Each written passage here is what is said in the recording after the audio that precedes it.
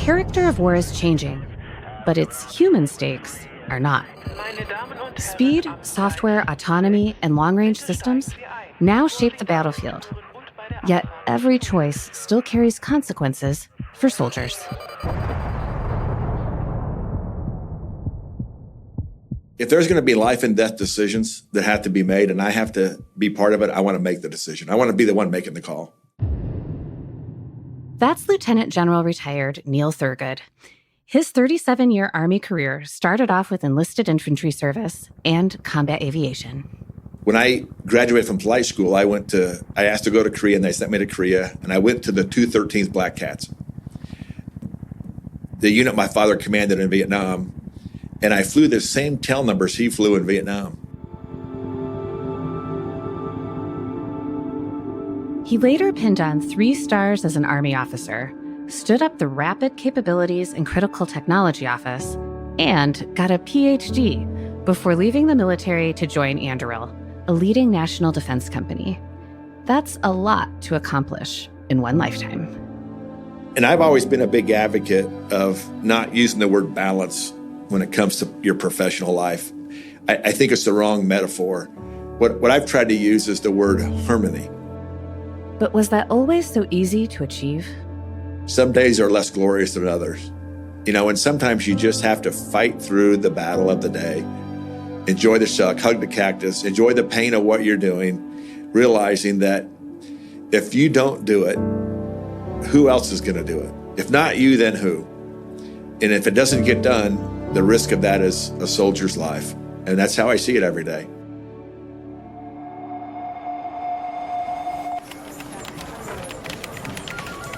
Now, he's helping to build the future of defense from the outside in. It's a world where our adversaries move at the speed of software, and the threats of tomorrow are being coded today. General Thurgood's background has prepared him to help guide thinking on how the Army can adapt without losing the values that define it.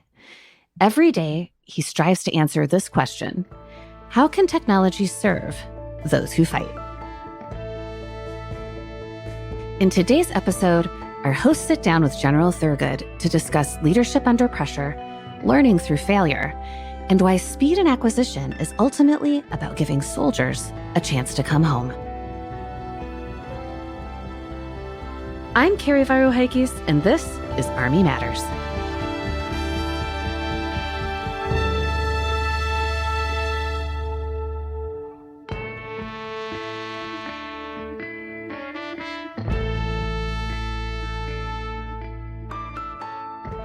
Okay, you ready, Dan?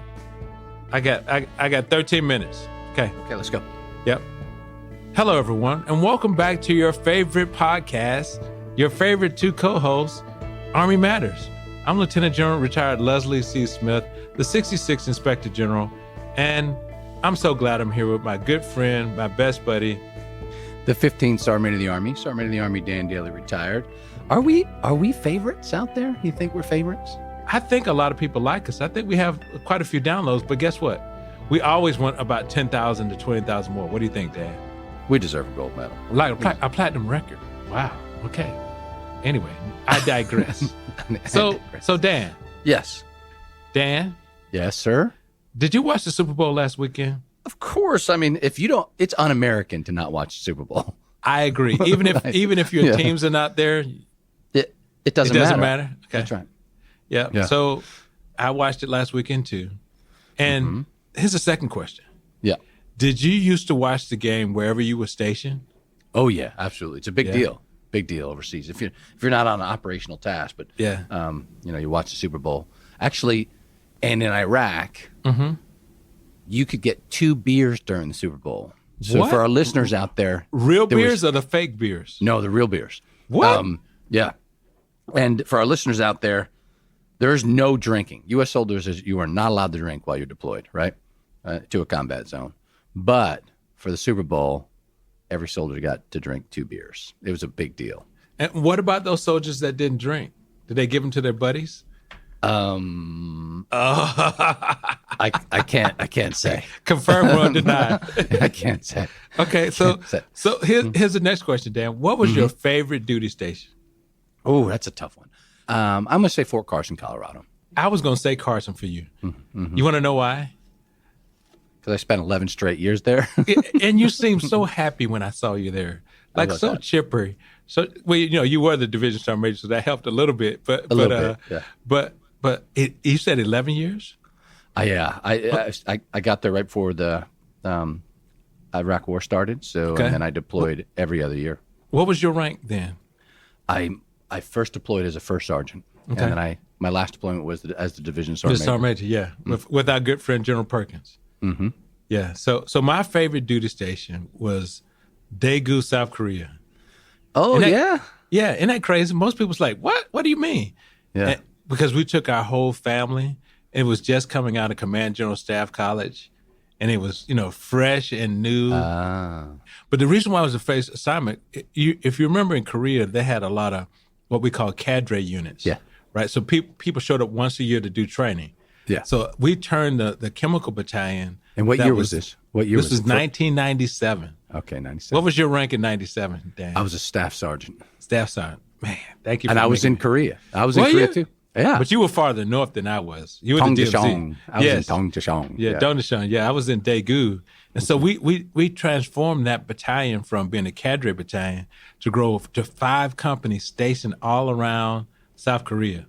And then I had my family there too. So it was great. We had a lot of fun, a lot of things there. So I like Korea too. Yeah. You're a family because nobody has their families there. It's kind of like being deployed, but you have barracks and but it's a family. It is. And, yeah. Normally I can figure out through the what we're talking about. Ask. Yeah. But I'm bewildered today. What are we talking about? Well, thank you for asking, Daniel Blue Eyes Dailey. So today's guest has been to several duty stations like all of us. When he was a child in Germany, and through his Army career that began as a soldier, then a non-commissioned officer. Oh, I like him already. Ending up with 3 stars and a PhD. Yeah, that's rare. Half like me and unlike us. So we're going to be talking today with Lieutenant General retired Neil Thurgood. He's an expert in innovation and deterrence over at Anduril. And he did a lot of great things for not only the Army, but for the Department of Defense, now the Department of War. And he's here to tell us about that. Do you want to welcome him? Please. General Thurgood, welcome to Army Matters. Welcome, Neil. Thanks for having me on the show, and thanks for what you're doing for our soldiers and their families. So, Neil, what is your favorite place to travel to, and where is your favorite duty station? Like you and the Sergeant Major, we've traveled all over the world.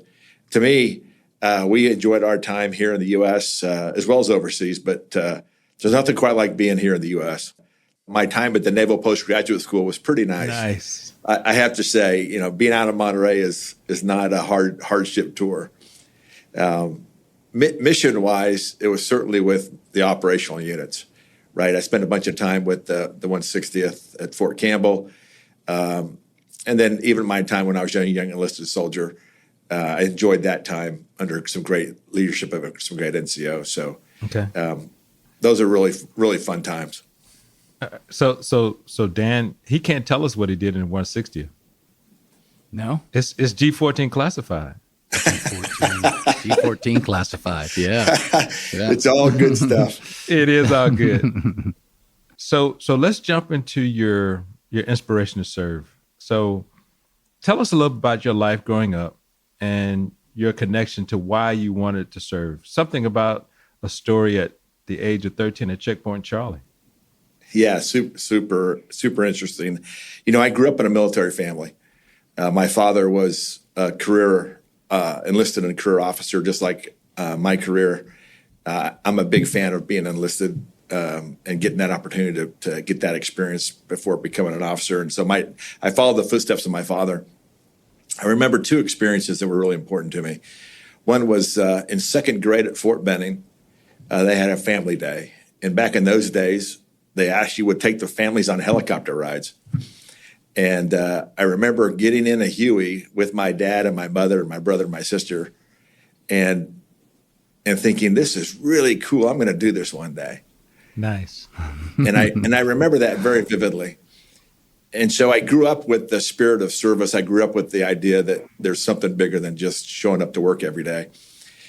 And then as a young man, I think when I was about 13, my father was stationed in Germany. He was the Yukon J3 at the time. And we went to West Berlin, and then looked at East Berlin. And I remember standing on Checkpoint Charlie.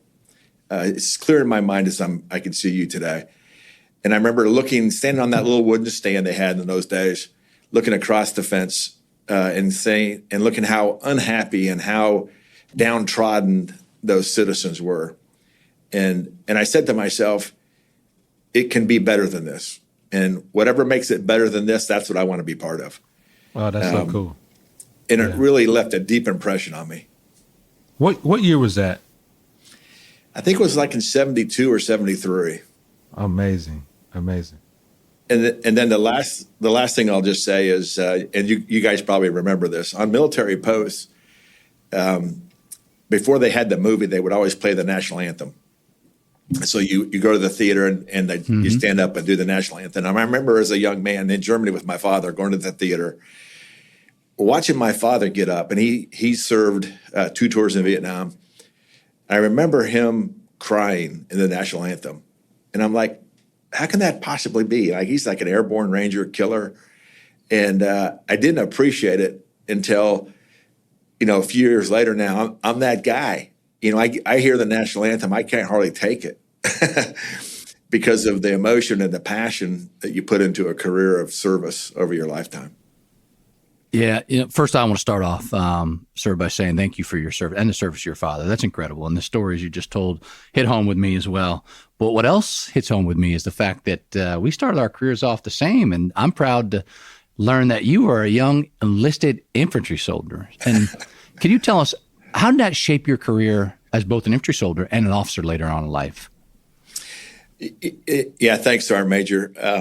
I've told this story a few times. When I was at basic training, I went to basic training at Fort Knox.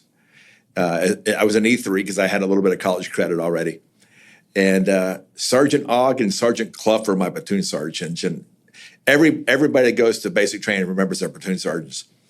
And they were, Sergeant Clough was a Vietnam guy, Vietnam veteran. Sergeant Ogg was a little bit younger.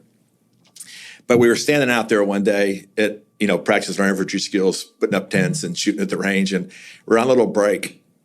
And I remember Sergeant Clough said one day, we're just standing there, and he goes, "Hey, who wants to be an officer?"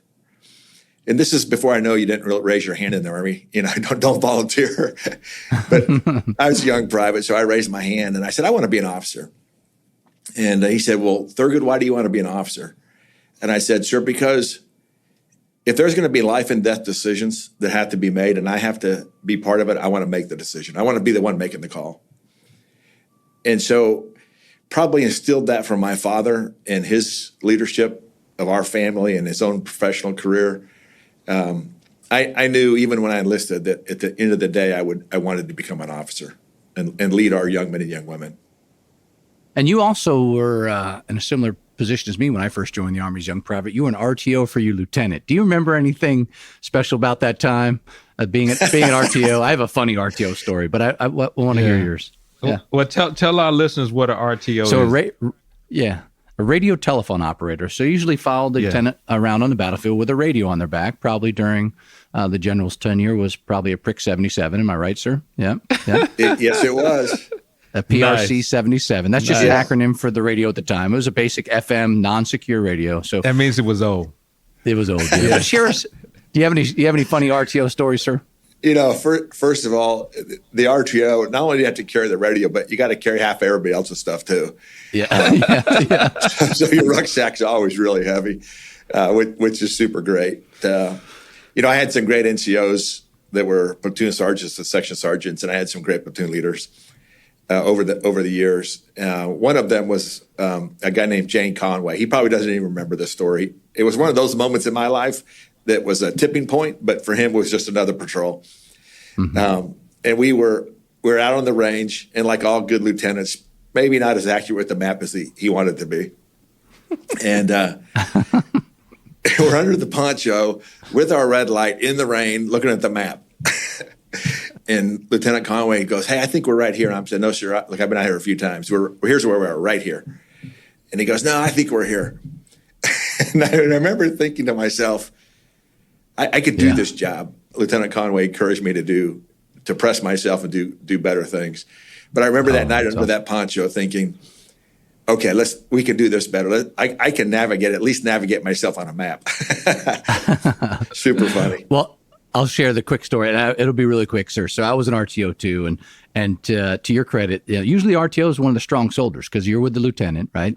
And we were in Desert Storm, and my platoon sergeant was a Vietnam vet, Sergeant First Class SIBO. And I had the long whip antenna on because we were way out in the desert.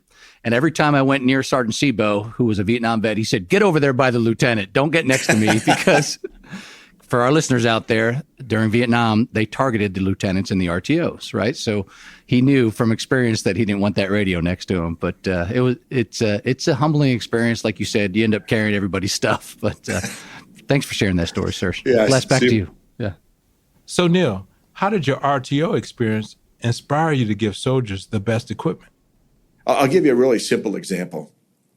In a CH-47, which is a great aircraft to fly, there's a hydraulic pressure system that helps you start the engines and starts the auxiliary power units.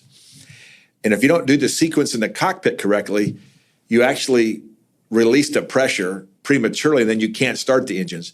And then there's actually a little handle in the back of the aircraft. You have to pump it up back to 3,000 pounds of pressure per square inch. And if you're the pilot and you dump the pressure, then you got to get out of the cockpit because the crew chiefs are just harass you to no end. You have to get out of the cockpit, go pump the thing, and get back in the cockpit. And I'm like, why don't we just put an electric pump on that thing? It'll take 10 seconds instead of 3 minutes, and off we go. So little things like that, really things that make a soldier's life and a leader's life a little bit easier, a little bit better, are really at the heart of the passion that drives me. Whether I'm in uniform or whether I work here now, for Anduril, it is about the passion, about getting up every day going, what can I do to give them opportunity to come home? I'm told that your family has a deep-rooted legacy in aviation. How did that impact your service first in the Chinook family? Well, it started, again, back with that kind of early childhood memories of flying in a Huey, thinking that was so cool. I'm going to do that one day. And then with the legacy of service that our family has. So, my father served along with my mother, who just served just as hard as my father did, and our families do. I have an older brother who was on active duty, got out when he was a captain, joined the reserves. He's a transportation corps officer, so he served. He later retired as a 2-star in the reserve system. Okay. My sister does special education, so she's lived a life of service. And so for our family, it was a natural outcome that I would follow that same outcome. And it's really where my passion has been. So tell us quickly about how does it feel when your dad pinned your aviation wings on your chest? Yeah, so it was pretty special. He pinned on my airborne wings, when I graduated from airborne school, and he pinned his flight wings on me when I graduated from flight school. When I went to flight school, they said at the end of flight school, where do you want to go? Where do you want to fly? And I said, hey, I want to go to Korea, and I want to fly Chinooks. And they're like, what? And I'm like, yeah, absolutely. Because my father spent a lot of his time in Chinooks, in commanding Chinooks in Vietnam. As a matter of fact, in 1967, he was part of the 213th Black Cats, which is a Chinook unit, flying A-model Chinooks in Vietnam. When I graduated from flight school, I asked to go to Korea, and they sent me to Korea, and I went to the 213th Black Cats, the unit my father commanded in Vietnam, and I flew the same tail numbers he flew in Vietnam. They were then C-model Chinooks, C+s actually, but same tail numbers. And so that passion really is deep-rooted in our family. Tell us about the decision for you to go from being a full-time aviator to become an acquisition corps officer. How did that happen? It was really, really pretty simple. I was sitting with a great leader, retired now Major General Jeff Slosher. We were sitting on the USS America. I was in the task force at the time, a young captain. I said, hey, sir, look, I've been in the unit for a while now. it's pretty incompatible with where Neil and Shauna want to be as a husband and wife, and where we want to be as a family. I love it. It's a super mission. I don't want to go back to the conventional force. I want to stay here. And I said, but I can't balance those two things. And I said, when we come back to this mission, I'm going to give you my resignation and move on. And Jeff Slosher, General Slosher, I'm just a big fan of his. He said, Neil, you shouldn't get out of the Army. We need you. Have you ever heard of this thing called the Acquisition Corps? And I'm like, sir, I don't even know how to spell that word. I don't even know what that means.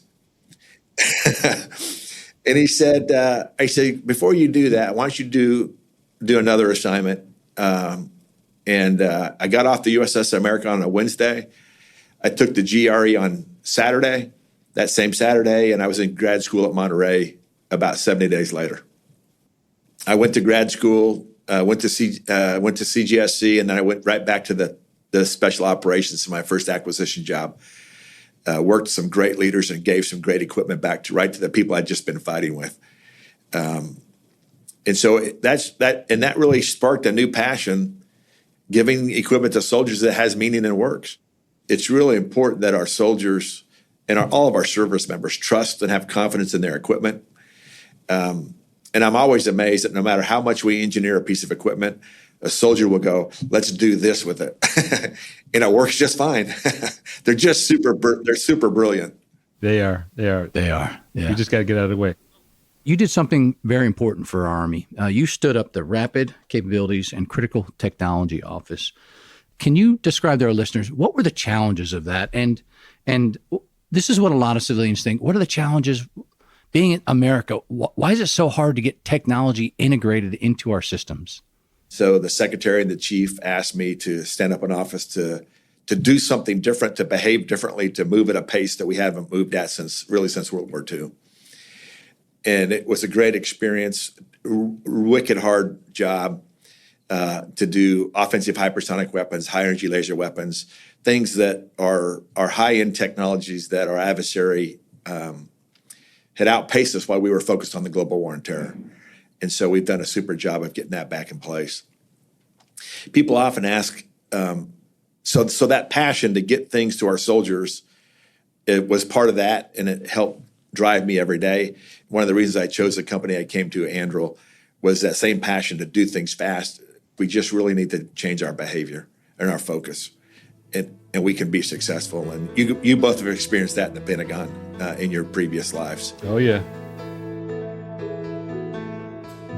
Did you know that as a member of AUSA, you have access to many benefits? From car rental to entertainment discounts, the opportunities are ample. Visit us online at ausa.org/benefits to learn more.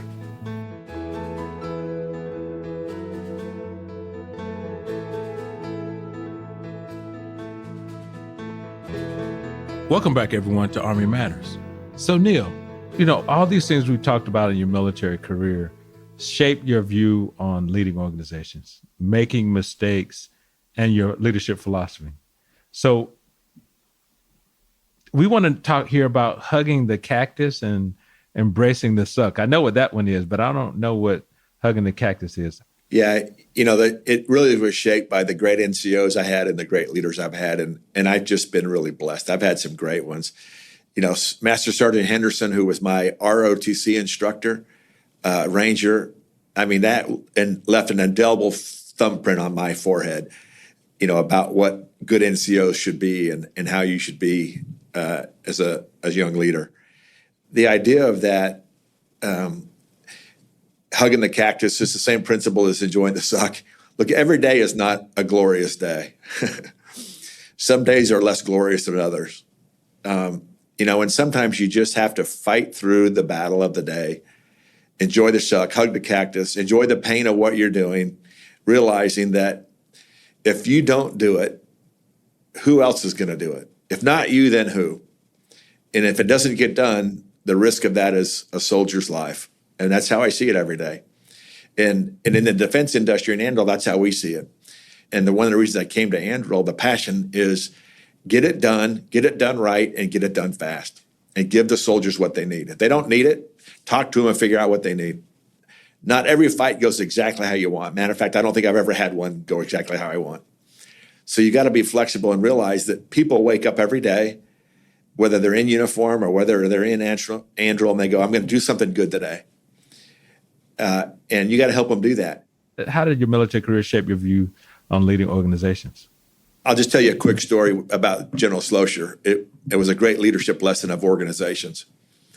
We were practicing a mission one night, just rehearsing, and we jumped in. I jumped in with a forward arming refueling point, a FARP, with my airborne platoon, and one of my soldiers broke his leg in the jump. So we did the right medical things, and we continued to execute the mission. Put him in the right casualty evacuation point until we could complete the mission and then recover him as we would recover. And during the mission, it didn't go very well. The timing of the aircraft that were supposed to come in never happened. And so we were out there pretty exposed, trying to be prepared to receive aircraft, to rearm and refuel them. And the mission changed like most missions. And it came time to leave the site. And so I knew the plan, I knew the route, and so I told my airborne platoon, okay, gather all the equipment in the middle, we'll put some thermites on it and destroy it, and we'll start walking out where we're supposed to be. They landed and picked us up, and we'd been out there for a few days, and I hadn't slept. I wasn't very good at fighter management as a young officer. And I got off the aircraft, and then Lieutenant Colonel Slosher, the battalion commander, was there to meet me. And I don't know what got into me that day. And I walked off the aircraft and I said some things that I felt like we'd been left out there, with no radio comms and no knowledge of what was happening. Of course, I had no idea what the rest of the story was at the time, but I was a captain, and you know how captains are sometimes. And by all rights, he should have smoked me where I stood. But here's what he did as a great leader. He put his arm around my shoulder, and he said, Neil, go get some sleep and get some food, and we'll talk about it later. And said, good job to my soldiers, and then he left. That was a very, very powerful lesson about leadership for me. I've never forgotten it. And so no matter how bad it gets, everybody has a perspective, and you just got to kind of try to help them get through that. And sometimes we at the bottom of the pile don't have the same vision as the people at the top of the pile. Yeah, sir, I'd like to ask you a question that I get asked by leaders all the time. I always tell people is 100% of us that join the Army are going to get out of the Army someday. And it's a big question I get about how to transition. So after 37 years of service, can you talk about what that transition was like for your path and why you chose the path, the how and the why, to where you are today? Like you said, there is no future where you're only in the military, right? That's right. The future is you're going to retire. Mm-hmm.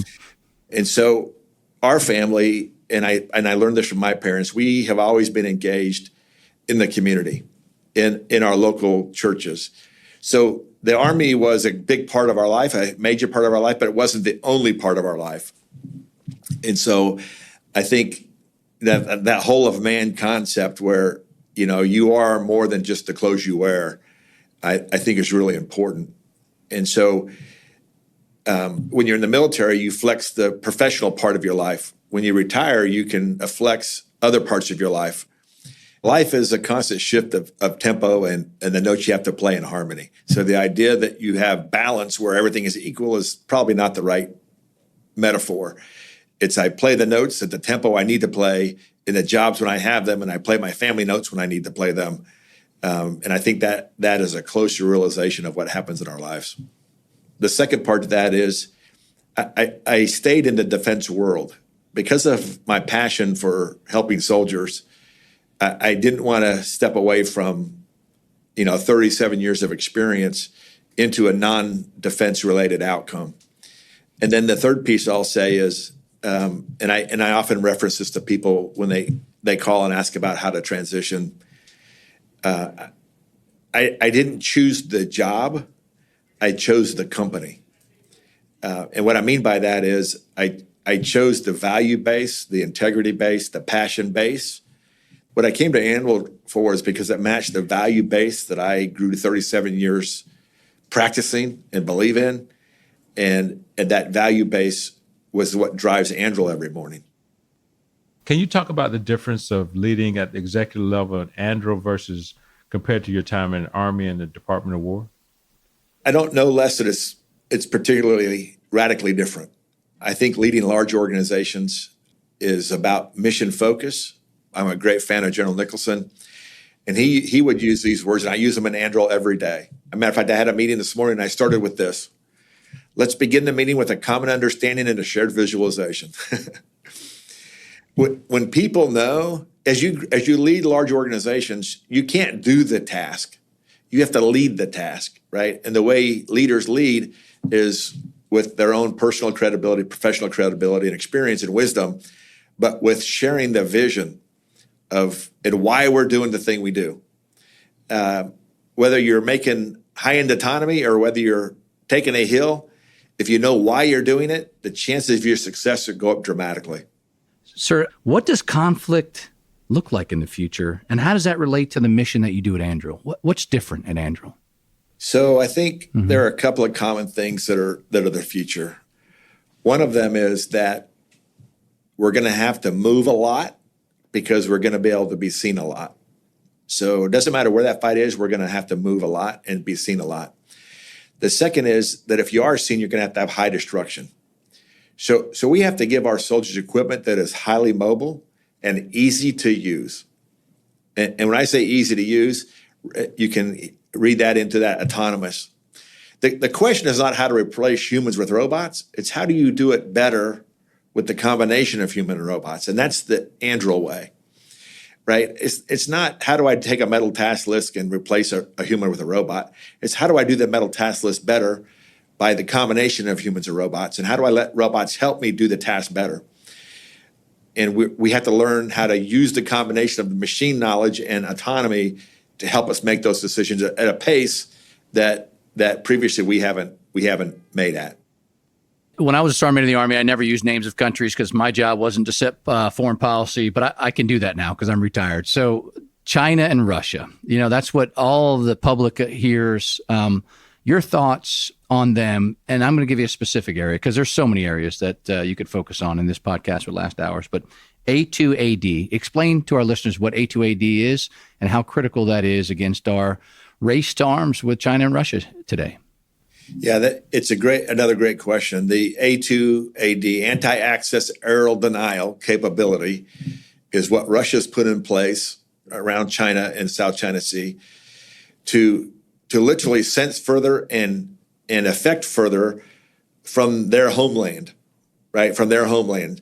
So make it difficult for adversaries of China to get close enough to China to get a land battle happening, a land fight. And that's really challenging.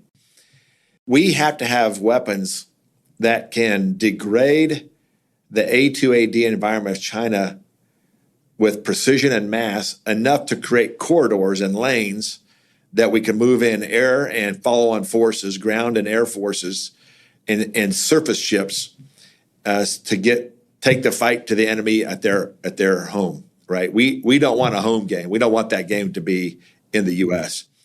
And so the ability to take long-range hypersonic weapons, as an example, was to create lanes of great distance opening so that we could get follow-on forces and other assets in play to bring to bear the power of our nation, rather than being held at bay by an A2AD environment.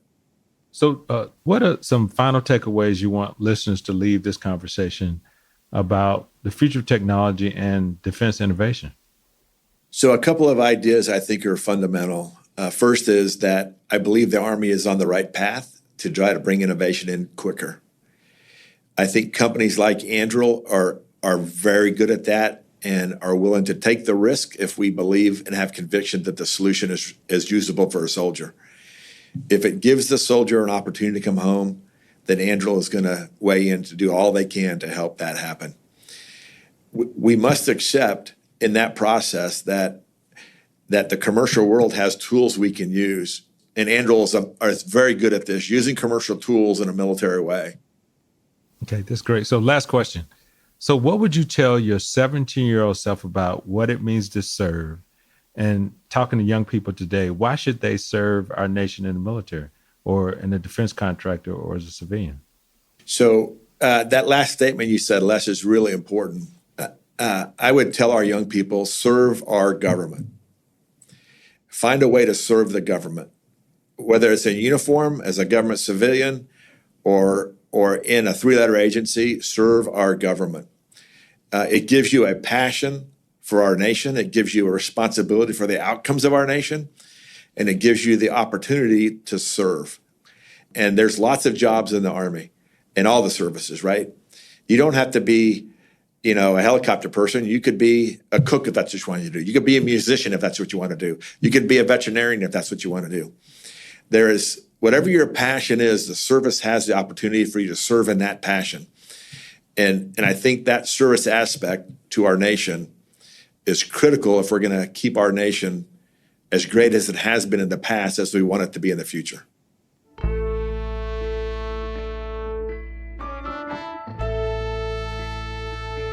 So Neil, we want to just tell you thank you for what you're doing and what you did in service to our nation, and thank you for what you're doing in Anduril. Well, listen, Les and Sergeant Major and the team that puts all this together, again, thank you for what you're doing for our Army in particular and our Army families. They deserve and need all the help that we can give them. And thank you for your service, and thank you for letting us continue to carry the flag in the water to help our soldiers and give them an opportunity to come home. And we bless them and hope they have the greatest success. Thank you. Oh, thank you, sir. Yeah, thanks so much. To all our listeners, thanks for joining us. Army Matters is brought to you by the Association of the United States Army, the U.S. Army's professional association, member-supported, Army-connected. Visit us at ausa.org for more information or to become a member. Your membership helps AUSA continue to carry out its mission, educate, inform, and connect with the total Army, our industry partners, and supporters of a strong national defense. Today's episode was hosted by Lieutenant General Retired Les Smith and SMA Retired Dan Dailey, and anchor hosted by Carrie Barrow-Heckes. Andy Bosnack is the associate producer and supervising sound editor. Major Ryan Crane is the writer, and Ellen Toner is the content editor. Umzinga Curry is the executive producer. Carrie Barrow-Heckes is the senior producer, and Savannah Campbell-Smith is the producer. Be sure to subscribe to Army Matters wherever you get your podcasts, and please leave a review. As you know, we love seeing stars in the Army, especially if it comes in the form of a 5-star review.